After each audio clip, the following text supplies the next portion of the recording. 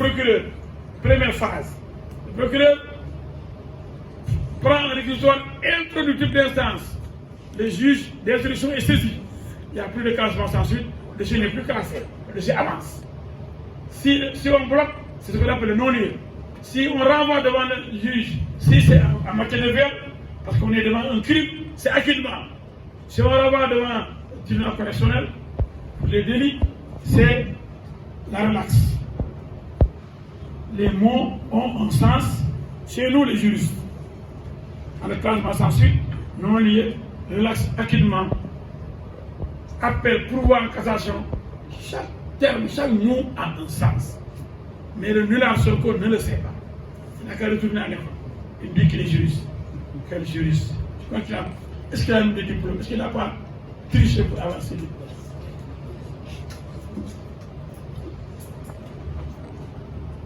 Alors, je reviens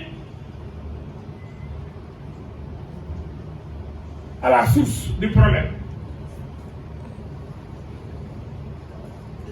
La cause de l'intervention de la sortie récente de Sonko dans des médias sélectionnés, des médias d'opposition.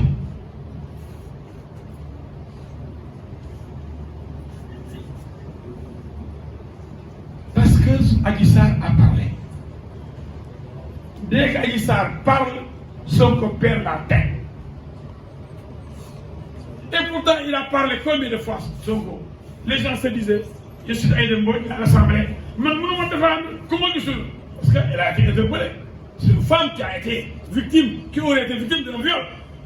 Aucun mouvement féministe n'a osé prendre la défense d'Adji Sarr. Parce qu'il y avait des menaces.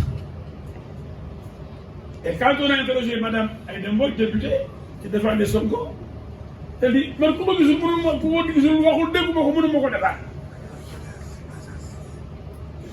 quand Adji Sarr a parlé, après plusieurs conférences de Sonko et de ses amis,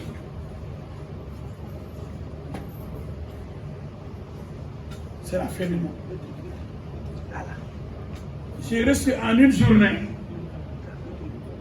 571 appels de gens qui m'ont insulté. 571 appels. Billahi, wallahi, talahi. Pendant une semaine, voire plus, j'ai reçu des milliers de messages et d'appels. Parce que j'avais bien identifié les appels, les numéros, surtout de la diaspora, qui m'insultaient. Pensant pouvoir me faire reculer, et échoué, ils ont incendié purement et simplement ma maison. Pensant que j'allais aussi reculer, ils cherchent à me tuer. Et seul Dieu peut me tuer moi. Ce n'est pas un petit appareil de terroristes là, de petits voyous là, qui pourraient m'intimider pour que j'abandonne Adji Sarr. Je dis, je reviens à la source. C'est l'intervention d'Adji Sarr qui a perturbé le sommeil de Sonko pour qu'il vienne se défouler sur la justice.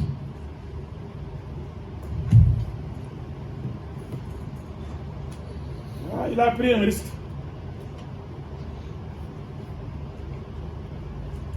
Ah oui, un gros risque.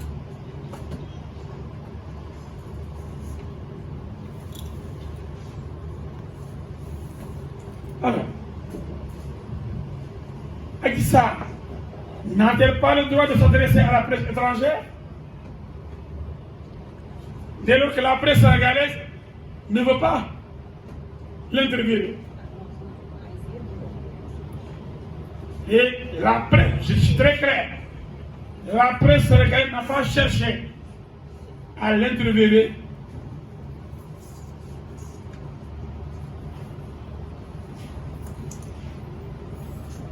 À l'an 1, à l'anniversaire du dépôt de sa plainte,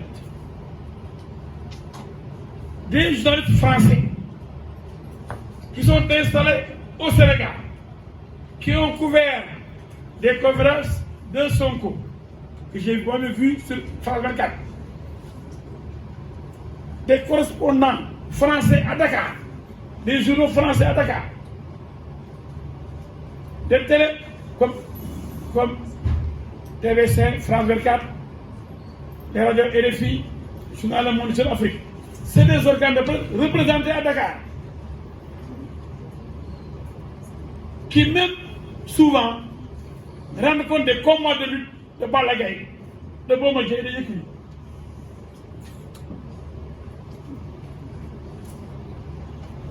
C'est un journaliste très inspiré.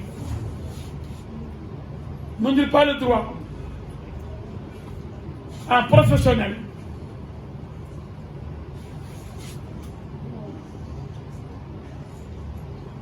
de saisir l'occasion de l'anniversaire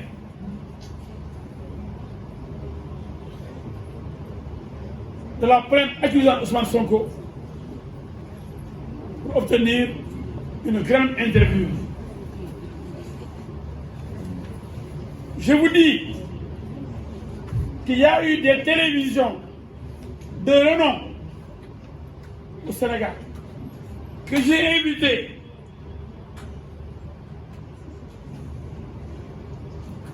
à l'occasion de la première sortie d'Adji Sarr.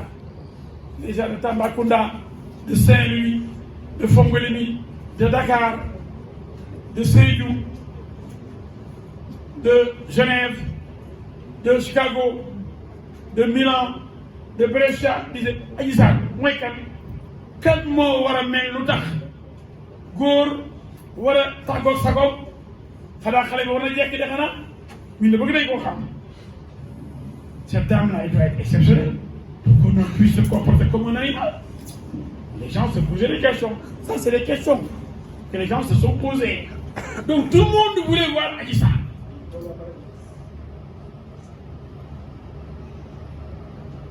On l'amène chez moi un jour.